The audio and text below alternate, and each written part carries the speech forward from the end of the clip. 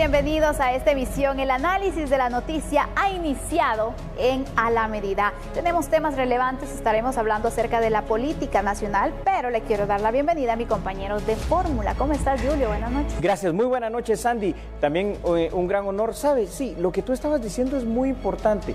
Hoy vamos a hablar, por ejemplo, de la contaminación visual. Estamos a días, ya muy pocos días, de contaminar completamente nuestro país. Pero ese es uno de los temas nada más, Sandy. Por supuesto, el resto se los presentamos, se los adelantamos en nuestros titulares. Bienvenidos. Los partidos políticos no podrán usar los postes del centro histórico para campaña electoral. ¿Pero qué pasará en el resto del país? ¿Veremos contaminación visual? Algunos roban la energía eléctrica. Los que pagan se ven afectados. Justos pagan por pecadores en los cortes de energía. Los futuros alcaldes electos en las próximas elecciones podrían enfrentar un problema: las deudas que dejaron sus predecesores. Analizamos la necesidad de transparencia en las deudas municipales. Según las autoridades del Banco de Guatemala, el desarrollo del proceso electoral no genera un impacto negativo para la economía. ¿Qué pasa con la cocaína incautada por las autoridades? En instantes le mostraremos el proceso de incineración. En el juzgado B de mayor riesgo se empezó a analizar y discutir qué pruebas, testigos y peritos le aceptarán al Ministerio Público en el caso La Línea.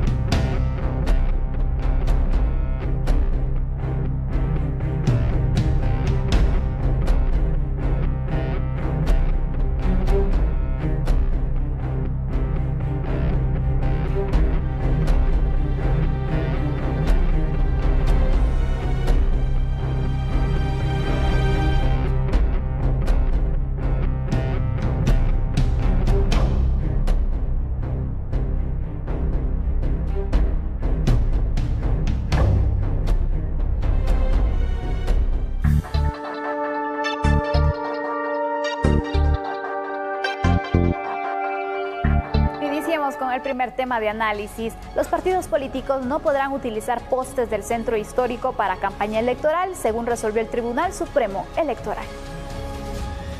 El TSE basó su prohibición a los partidos políticos de pegar campaña electoral en los postes que se ubiquen dentro del perímetro del centro histórico en el artículo 61 de la Constitución Política de la República de Guatemala, que hace referencia a la protección del patrimonio cultural. Manifiesta que las organizaciones políticas gozan del derecho de uso de postes en la ciudad de Guatemala, excepto en el área delimitada como centro histórico, que es patrimonio cultural, comprendido de la avenida Elena a la 12 avenida y de la primera calle a la 18 calle de la zona 1, de conformidad con las restricciones establecidas en la ley para la protección del patrimonio cultural de la nación, así como en los acuerdos y reglamentos municipales y las disposiciones que se han leído en este momento. Todos los otros postes fuera de este perímetro serán utilizados con autorización. La campaña electoral inicia el próximo 18 de marzo, según los tiempos estipulados en la ley electoral y de partidos políticos. Prepárese porque la ciudad de Guatemala y algunas otras grandes urbes de nuestro país cuentan ya con una contaminación visual que podemos decir es considerable. Sin embargo, en la época electoral, esta contaminación tiende a elevarse de una manera desproporcionada, como se ha evidenciado en las campañas electorales de anteriores procesos. A pesar de las prohibiciones establecidas en la reforma de la ley electoral y de partidos políticos del año 2016, a partir del próximo mes de marzo, 18 de marzo más concretamente, vamos a empezar a ver la proliferación de la publicidad electoral. Pese a que está prohibido realizar propaganda electoral, pegando y pintando rótulos en efigies, paredes, señales, puentes, monumentos, pero sí se puede realizar pintas, imagínese usted, en propiedad privada con autorización del dueño. Para el caso de la ciudad de Guatemala sí hay una prohibición específica y esto obedece a una disposición municipal. No se puede colocar propaganda electoral en ningún poste de lo que se denomina el centro histórico de la ciudad de Guatemala. Pero todo lo demás va a estar tapizado de esta exagerada publicidad, Sandy. Así es, Julio, vamos a tener entonces esa contaminación visual. Y hay que notar algo, porque mira, los partidos podrán decir, bueno, abarquemos la mayor cantidad de postes, de paredes y demás para poder colocar entonces nuestro mensaje, nuestro partido, pero también mencionemos algo, de tanta información que uno puede recibir, que en realidad lo pueden confundir más a uno, entonces van a tener que tener mucho cuidado. Es contraproducente absolutamente, claro. Sandy. Ya es bastante malo el hecho, a ver, partamos de una base, ya tenemos una exagerada contaminación visual sin necesidad de elecciones. Ahora, cuando hacen esto y saturan casas, saturan cualquier otro sitio que tú puedas voltear a ver, hasta una piedra y un árbol pintado con colores de partidos políticos, realmente esto cansa tu mente. Y como tú dices, el mensaje que quieres hacer llegar generalmente causa un efecto contrario. Ya en lugar de que te guste o que te agrade, cae mal. Y entonces esto ya en tu mismo subconsciente te da un mensaje de que, qué aburrido, ya no quiero ver esta situación. Por supuesto, y al final entonces vemos otro tipo de situaciones que pueden afectar. El tema, por ejemplo, que te robe la atención. Correcto. Un color o cierto mensaje, cierto partido. Incluso imagínate, tú vas entonces por las calles, por carretera manejando y observas esto, entonces al final te puede distraer y puedes ser víctima de un accidente de tránsito. No digamos de que todos los accidentes después van a ser por esto, pero puede ser un factor también. Sí, existe ese tipo de situaciones. Un catalizador para que te distraigas fácilmente, sí, porque de pronto quieres ver la imagen. Ay, mira quién está de candidato en mi municipio. Llama la atención, te llama la atención. Quieres voltear a ver quién es esta persona o no lo conozco y entonces ahí te puedes distraer. Aparte que esto va a generar otro tipo de caos. ¿A cuál me refiero? Primero la pelea, ¿no? Que va a ser a muerte, llamémosle así, por cada uno de los espacios posibles ante la falta de otro tipo de publicidad en medios televisivos, radiales, periodísticos. Entonces van a ocupar cualquier espacio que les sea posible y lo que va a pasar es de que muchos llegarán a poner su publicidad y otros llegarán a quitarla para ponerla de ellos y otros llegarán a su vez a volverla a quitar para poner nuevamente la de ellos y esto se va a volver un caos definitivamente. Exactamente. Tenemos otra información que quiero que ampliemos, Julio, porque este tema la verdad es muy extenso y es necesario poder anotar cada característica sobre lo que puede pasar en los próximos días. Claro que sí, vamos a compartirlo juntos con nuestros televidentes, Sandy. En primer lugar, creo que es necesario regular y sancionar cuando corresponda la colocación de publicidad, vallas, MUPIs y similares ante la gran proliferación de esta publicidad. Existen algunas iniciativas de corporaciones municipales para tratar de regular esta contaminación visual, pero en la mayoría de los casos esto no ha sido efectivo, Sandy. Claro. Sin embargo, hay más información. Sí, hay un proyecto que, por ejemplo, y marcamos como ejemplo, precisamente es el combate a la contaminación visual, lo que se realizó en la Sexta Avenida por parte de la Municipalidad de Guatemala, donde se mencionaba incluso que se quería evitar esa contaminación visual que se tenía y que al final sí tuvo resultados, ¿no? Entonces hay que tomar en cuenta que para el actual proceso electoral se ve muy difícil la desaparición del fenómeno de la contaminación visual, es algo que nos va a inundar al final, pero cómo tratarlo va a ser la verdadera estrategia de promoción y de campaña de cada partido. Tienes razón, y uno se preguntará, ¿se puede lograr esto? Bueno, ya mencionaste un ejemplo muy eficiente que tuvo Municipalidad de Guatemala en el centro histórico. Ahora la prohibición sigue vigente, ¿no? Claro. Pero además yo te pongo otro ejemplo que no es precisamente la ciudad de Guatemala, y es la ciudad colonial, Antigua Guatemala. Ahí todo esto sí se ha cuidado a lo largo de los distintos procesos electorales. Es decir, sí podemos hacerlo. Y no por más carteles que tú vayas a pegar, casas que vayas a pintar, vas a obtener más votos. Al final de cuentas, también la efectividad de este tipo de campaña resulta ser baja, resulta ser de una incidencia, pues, si no nula, que no es considerable. Mira, y al final, por ejemplo, la contaminación visual en estas elecciones va a ser peor que hace 4 años, porque tenemos más agrupaciones políticas, es decir, vamos a tener más mensajes, vamos a tener más colores, y bueno, esta situación se puede salir de control hasta cierto punto.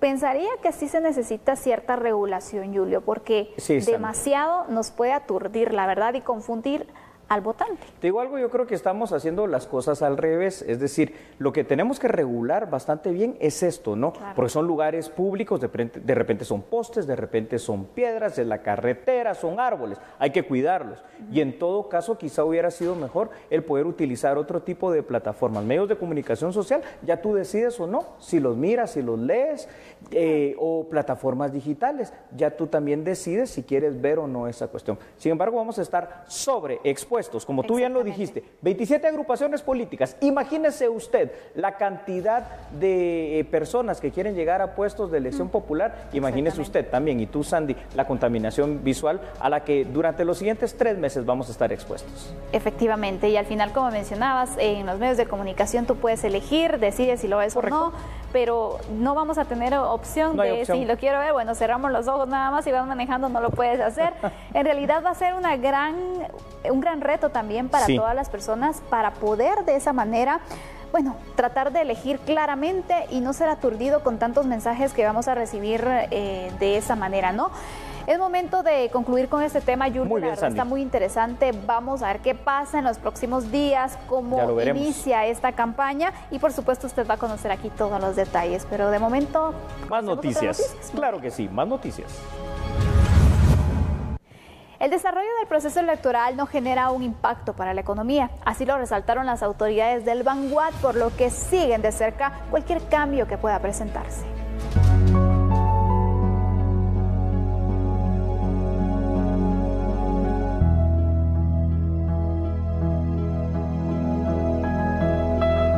Afortunadamente no se ven efectos negativos del proceso, derivados del proceso electoral en materia económica. Vemos el crecimiento entre 3 y 3.8, si nos ubicamos 3.4, 3.5 estaría superando los 4 años previos. Así que en resumen yo les diría que en este momento no vemos implicaciones negativas que se deriven del proceso electoral en materia económica.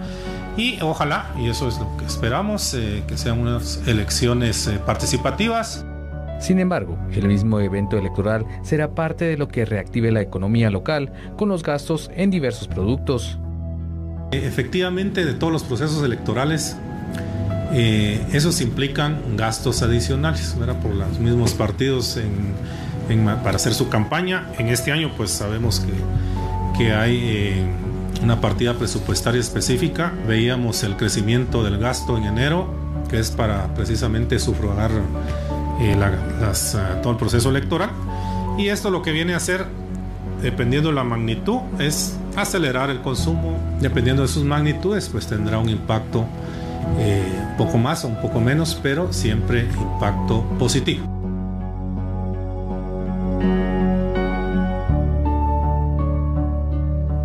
Sandy, una pregunta. ¿Recuerdas cuando estabas, por ejemplo, en el colegio y la clase se portaba mal y venía la maestra o el profesor y los castigaba a todos, justos pagados por pecadores? ¿Cómo te sentías? Así pasa, la verdad, en ocasiones, pero bueno, toca aprender al final porque en muchas veces, no solamente en el colegio pasa eso, y ya vamos a hablar por qué, pero después de la pausa. Somos a la medida, no cambie.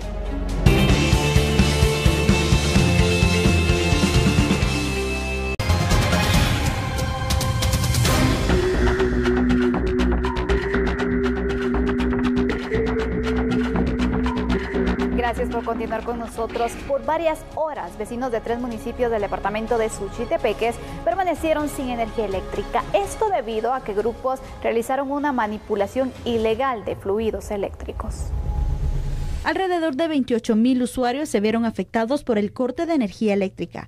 La mayoría fueron de las comunidades rurales de Samayac, San Pablo Jocopilas y Santo Tomás La Unión en Suchitepeques. El diputado Juan Ramón Lau mantuvo una reunión con las autoridades del Ministerio de Energía y Minas para explicar más sobre la situación en las comunidades. 28,000 viviendas se quedaron sin energía eléctrica en estos 3 municipios.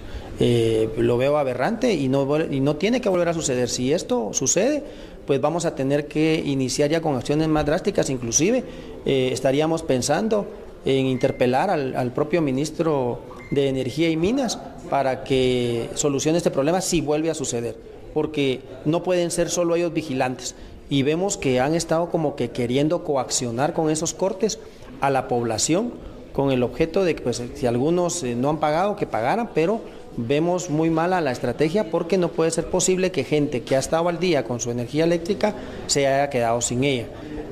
Vamos a darle seguimiento a este tema. Sé que hay denuncias por parte de Energuate que Codeca ha estado haciendo hurto de fluidos, ha estado cometiendo delito de hurto de fluido, pero tienen que ver de qué manera restablecen el sistema para que toda la población pues tenga ese servicio elemental. Le pedimos el apoyo a la Policía Nacional Civil para que pueda hacer sus gestiones en ese sentido y prevenir el delito, y más allá de prevenir el delito, poder detener y consignar a las personas que estén cometiendo el delito de hurto de fluidos y que están prácticamente también afectando a la población. Pero eso no quiere decir que la empresa de Energuate tenga que resolver esa situación, lo tiene que resolver. Energuate, por medio de un comunicado, informó que brigadas iniciaron la movilización para hacer las reparaciones y reconectar el servicio eléctrico en los cascos urbanos y comunidades de Suchitepeques. Además, que los trabajadores de la distribuidora irán acompañados de elementos de la PNC para la protección y seguridad necesaria con el fin de restituir el fluido afectado por la manipulación ilegal desde el lunes por la tarde. A ver, empecemos haciendo el análisis del tema con la parte legal.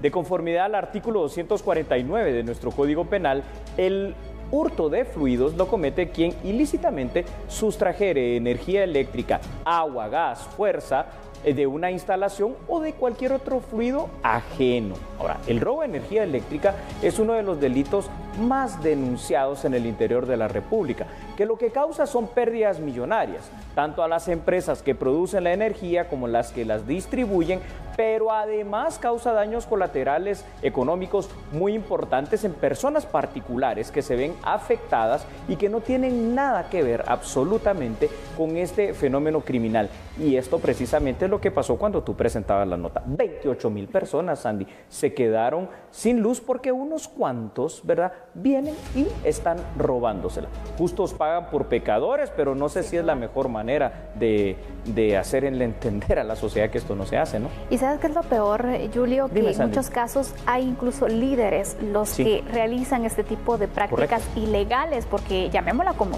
es, son ilegales. Entonces, al final, cuando la gente los ve, porque son líderes, tú dirás, está bien, entonces lo puedo hacer yo también. ¿Qué ejemplo le están dando y cómo están volviendo algo normal una situación que es un delito? ¿Qué es un delito? Tú lo estás diciendo de muy buena manera, Sandy. Es cierto. Y en este caso, concretamente, lo que pasó es que estos líderes, tú lo has dicho, pero negativos absolutamente, porque recordemos que hay muchos tipos de liderazgo, pues fue nuevamente y vuelve una vez más a este grupo denominado Codeca específicamente, que lo que hace, entre otras actividades, es precisamente esto, pero lo hace con un fin, es decir, no solo el robar, no se constituyen en una especie de Robin Hood, lo roban pero para subvenderlo a los pobladores. Sin embargo, ahora la consecuencia fue que dejaron a 28,000 personas sin el servicio de energía eléctrica. ¿Qué haces tú si tienes un negocio? Por ejemplo, voy a poner cualquier cuestión, donde guardas perecederos, leches, lácteos,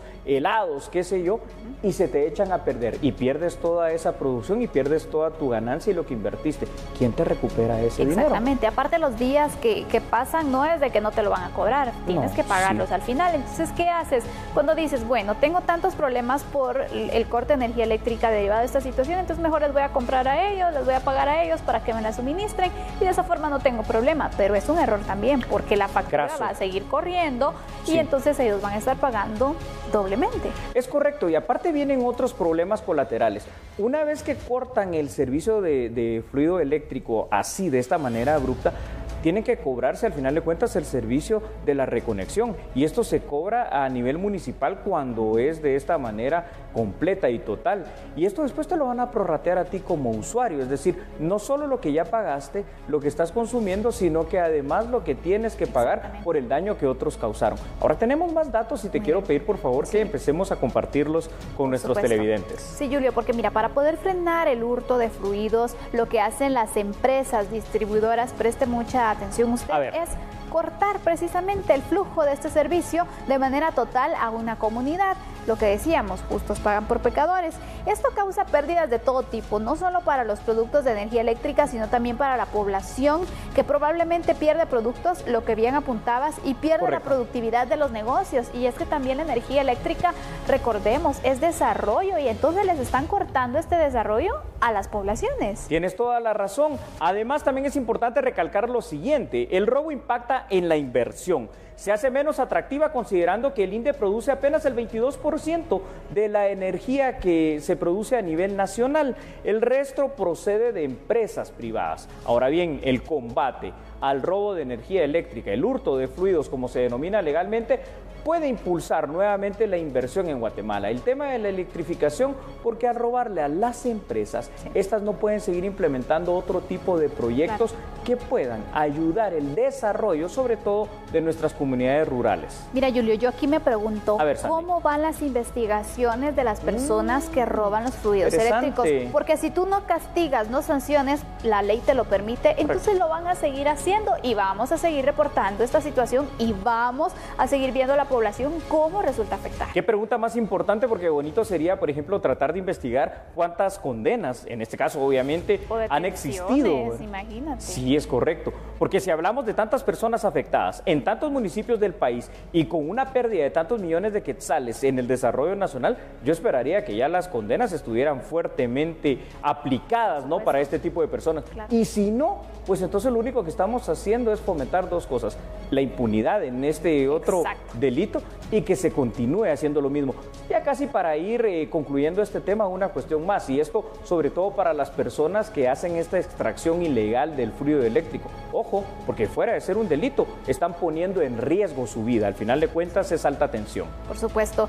Y para finalizar entonces, el llamado también es a los pobladores. Si ustedes ven una situación como esta, denúncienla, presenten las pruebas y de esta forma ayudemos también, porque si no colaboramos con las autoridades va a ser muy complicado entonces que se puedan avanzar en las investigaciones, y esperamos que las instituciones encargadas también hagan lo suyo. Así que concluimos con este tema, Julio. Vamos a conocer otras noticias. Siga con nosotros. Muy bien, Sandy. Hablemos de incautaciones. Más de 1 tonelada de cocaína se incautó en los últimos días en el territorio nacional. Pero, ¿qué pasa después con esta droga? A continuación le presentamos el proceso de esta droga.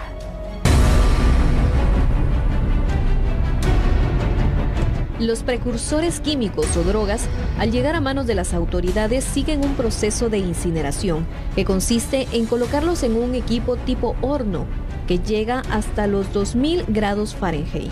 Cámara de combustión primaria. Acá es donde se incineran las sustancias químicas ilícitas. Alcoholes, ésteres, drogas sólidas, líquidas, precursores. Los precursores sólidos se colocan en un contenedor y estos son llevados con maquinaria hacia la cámara de combustión. Quemamos cocaína, tenemos acá toda la comisión incineradora, entonces venimos y cargamos acá manualmente. Y ya se ingresa ahí lista para la tolva de sólidos.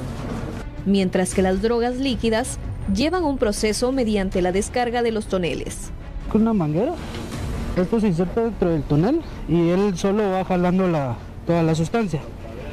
Ahora, cuando ya no sobran residuos, porque la manguera tiene un tope en que queda residuo del tonel, ya se inserta manualmente, se voltea el tonel ahí al tanque, ¿verdad? Que igual tiene la misma función de jalar todo automáticamente por el sistema de inyección.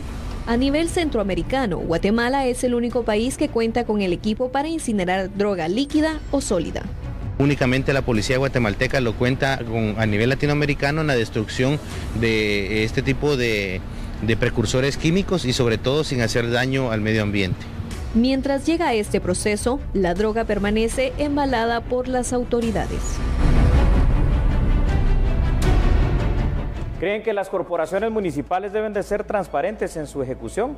Deberían, ¿no? Deberían. Cuentas claras. Vamos a analizar este tema después de la pausa. Quédese con nosotros. Somos a la medida.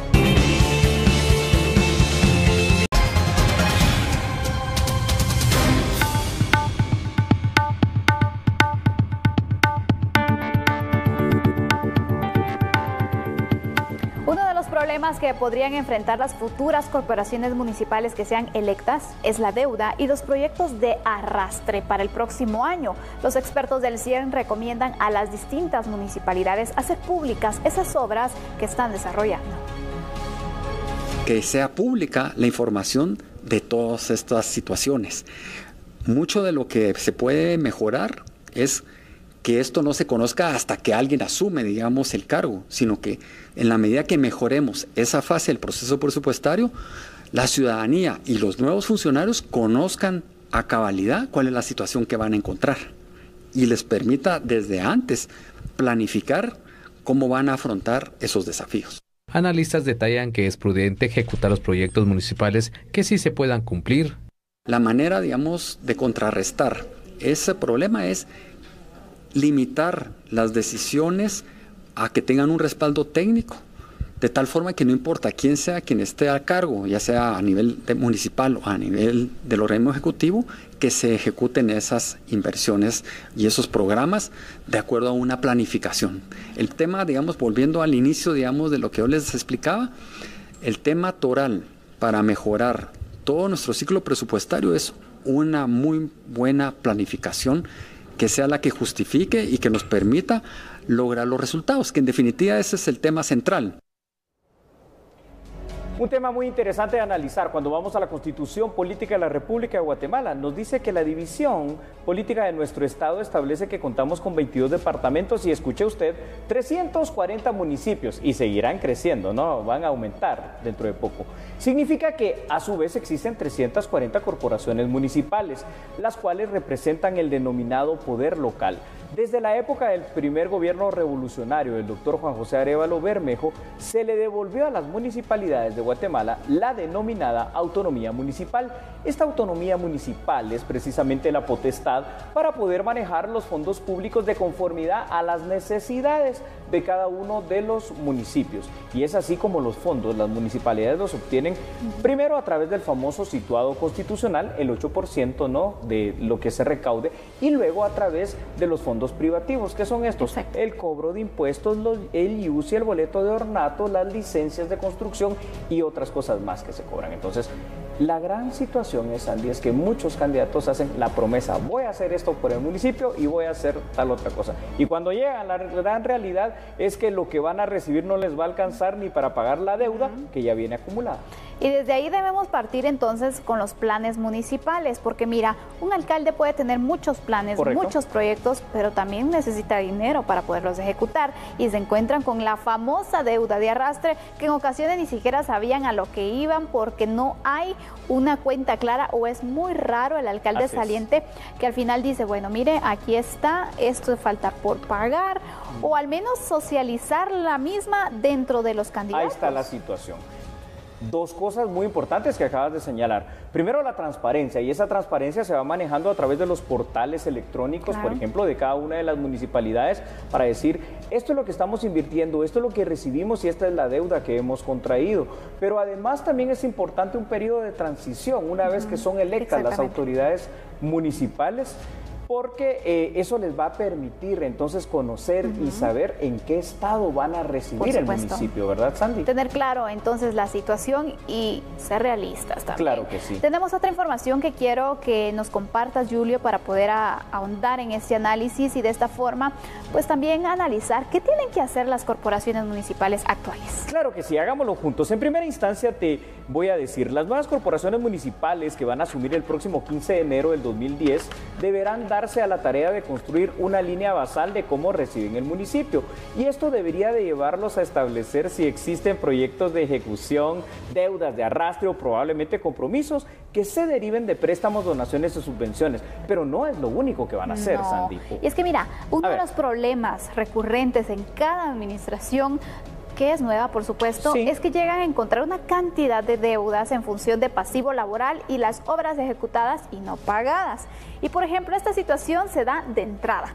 Condiciona también las posibilidades de poder invertir en nuevas obras municipales en cada uno de los municipios. Después la población entonces exige y dice, bueno, no que iba a hacer tal obra, pero no alcanza el dinero también. Eso podría ser uno de los motivos por los cuales no se cumple. Como excusa casi, ¿verdad? Exactamente. Sí. En conclusión, yo creo que lo que debe desaparecer definitivamente es esa opacidad opacidad y poca claridad que tienen las municipalidades en el deber de informar a la población sobre los proyectos que están realizando. Recordemos una situación, la información pública, primero en Guatemala, es una obligación legal, pero segundo también es una obligación moral, es uno de los 30 derechos humanos, el derecho a la información, ¿verdad, Sandy? Por supuesto, así que esperamos y que las corporaciones municipales actuales puedan tomar en cuenta esto, ser transparentes, no solamente con el pueblo, sino también hay que ser solidarios con las personas que podrían llegar y de esa manera no estropear entonces la administración que pueda iniciar, porque recordemos que el fin, si aman a su municipio, entonces van a querer que lo mejor progrese, para ¿no? él. Así es. Bueno, finalizamos este tema y ahora vamos a conocer otras noticias de carácter judicial.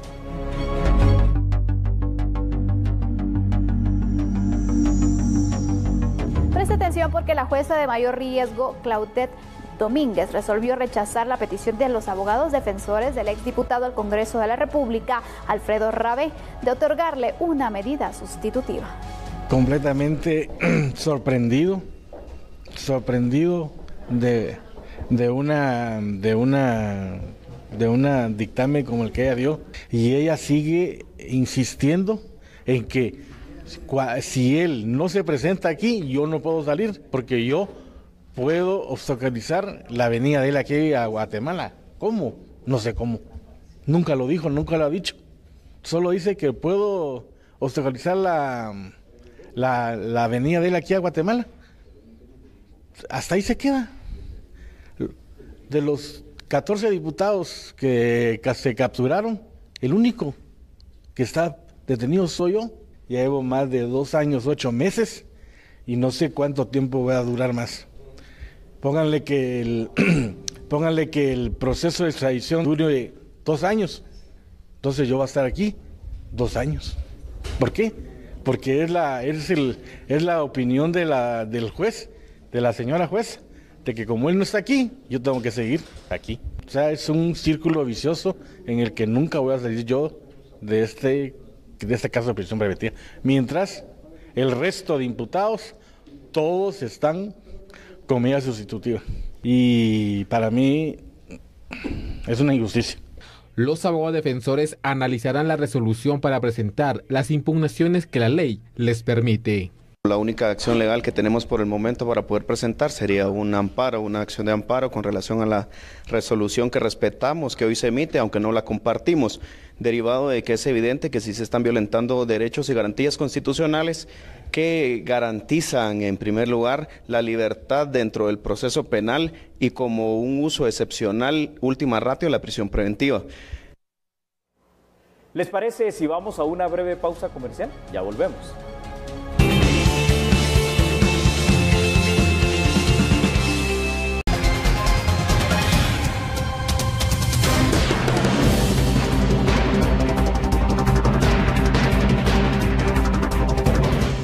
Es momento de darle información de último momento. Se logró la recaptura de un reo que se había fugado, Julio. Inverosímil esta situación en la cárcel de Jalapa. Así que vamos con Samuel Orozco en directo para que nos dé la información. Samuel, buenas noches. Sandy, allá en el estudio principal. Hablamos entonces de una persona que ya era un recluso. Sin embargo, pues se fuga en esta mañana o esta tarde y ya las autoridades de la Policía Nacional Civil reportan entonces que ha sido recapturado este hombre, el cual, vean ustedes, él iba vestido de mujer. Sin embargo, o con ropa de mujer, se puso una peluca, se puso prendas de vestir de una mujer para intentar pasar por desapercibido. Se encuentra conmigo el oficial Pablo Castillo de la Policía Nacional Civil para ampliarnos los detalles en cuanto a esta persona que ha sido recapturada. Pablo. Gracias, Samuel, muy buenas noches. Queremos informar de que esto ocurre a eso de las 5:30 de la tarde, cuando este individuo pues se da a la fuga del preventivo para varones del departamento de Jalapa y él sale vestido de mujer. Al notar de esta situación, inmediatamente la Policía Nacional Civil instala puestos de control vehicular, registro de personas y se hace la búsqueda inmediatamente de este individuo, siendo hasta las 18:30 horas que da resultado positivo en el kilómetro 109 de la ruta que conduce del departamento de Jalapa hacia el departamento de Santa Rosa, a la altura de Matacaescuintla, cuando se detiene la marcha de un vehículo donde se transportaban personas en una ruta corta y se identifica a este individuo cuando aún iba vestido de mujer. A él se le incauta la ropa con con la cual se disfraza, que es una blusa de color rojo, una peluca, sandalias de mujer y una falda de color negro con brillantes, la cual pues fue embalada por fiscales del Ministerio Público. Se trata del reo Juan Noé Flores Linares, quien se encontraba detenido desde el 11 de diciembre del año pasado por el delito de robo y extorsión. Bueno, muchísimas gracias. Entonces ya ha sido recapturada esta persona, información que le trasladamos a través de su programa, A la Medida. Gracias, Samuel Orozco, por esta información. Bueno, Sandy, ya se capturó a este sujeto. Qué bueno, y una acción pronta. Por supuesto, así que esta información la estaremos ampliando mañana en nuestra primera emisión.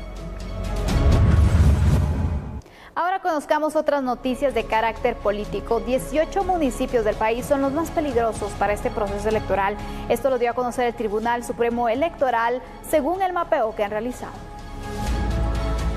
El Tribunal Supremo Electoral y otras instancias se preparan para garantizar la seguridad de la población y de los candidatos en la próxima contienda electoral. Sin embargo, existen 18 municipios que pueden presentar problemas de violencia electoral durante estos comicios. Es un poco en la región, pudiéramos decir, occidental y para el oriente. Perdón, le gusta 28. ¿28 municipios o 17? 18 fue los 17 más, ahí ahora ya, no, 11 más 7 fue lo que yo vi. 18 sería. Para reducir los índices de conflictividad, el Tribunal Supremo Electoral propuso un pacto de ética y de cero agresión entre los partidos políticos. Pero la pregunta clave ¿es funcional este pacto? La magistrada Mijangos explica. Yo creo que aquí hay muchas reflexiones, ¿verdad? Realmente nosotros venimos de una cultura que sí es violenta, ¿verdad? Pero hay que hacer todos los esfuerzos posibles. Recuérdense que es un compromiso que ellos van a asumir ante la ciudadanía. Ahorita los mapas de conflictividad, les puedo decir en principio que nos demuestran, digamos, unas zonas más extensas de conflictividad que digamos que hace 4 años, ¿verdad?, para las elecciones. Creo que todo es un proceso. Creo que el mismo espíritu que, como les comenté hace un momento, tienen ya algunas organizaciones de haberse dirigido a nosotros diciendo que quieren firmar el pacto, es muy bueno, porque eso no se había dado en años anteriores. El pacto se firmará el próximo 11 de marzo en las afueras del Tribunal Supremo Electoral. Ahora vamos a noticias del ámbito judicial. En el juzgado B de mayor riesgo se inició ya el análisis y la discusión de pruebas, testigos y peritos que serán aceptados por parte de la Fiscalía Especial contra la Impunidad del Ministerio Público en el caso llamado La Línea, caso de defraudación aduanera. Veamos la información aquí en A la Medida.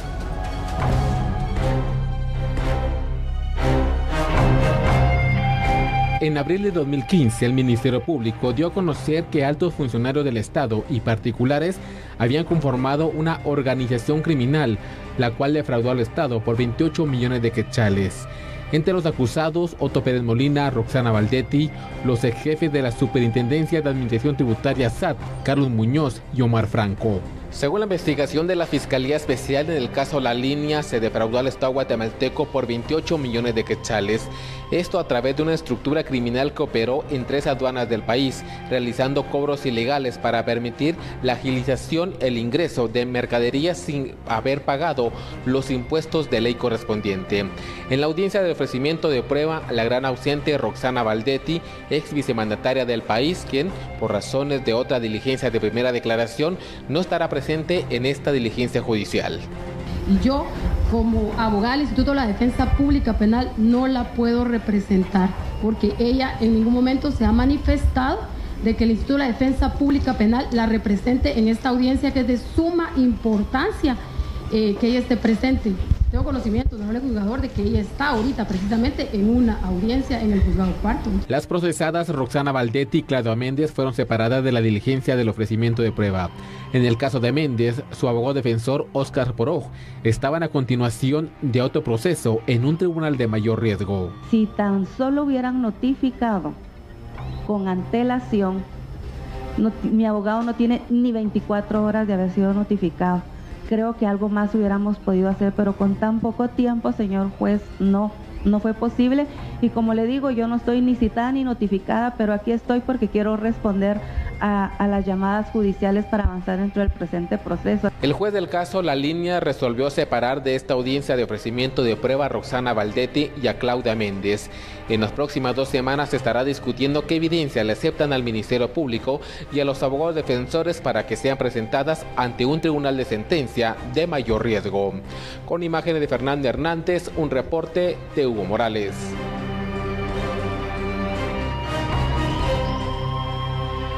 Muchas gracias por acompañarnos en esta hora de análisis. Que descanse. Hasta mañana. Buenas noches.